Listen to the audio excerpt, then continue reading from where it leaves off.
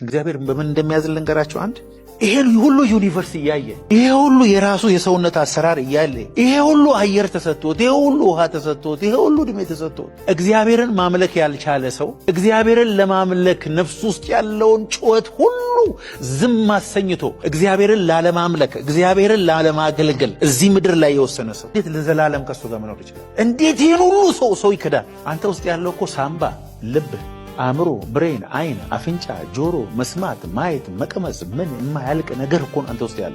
ይሄን ሁሉ እያየ የዚህን ሁሉ ፈጣሪ አምላክ በልብ ውስጥ መፈለግ አለመፈለግ በራሱ ምን አይነት እርግማን ነው? ተወልዶ እግዚአብሔርን ሳያመልኩ የሚሞቱ ሰዎች አሉ። ምን አይነት ጨለማ ነው? እግዚአብሔር ያያል። ስንፈልገው፣ ስንራበው፣ ስንጠማው፣ አባትነቱን ስንፈልግ እሱ ጋር ያለንን ነገር ሁሉ ጥያቄያችንን ወደ እሱ ስናመጣ አይቶ ዝም የሚል አምላክ አይደለም።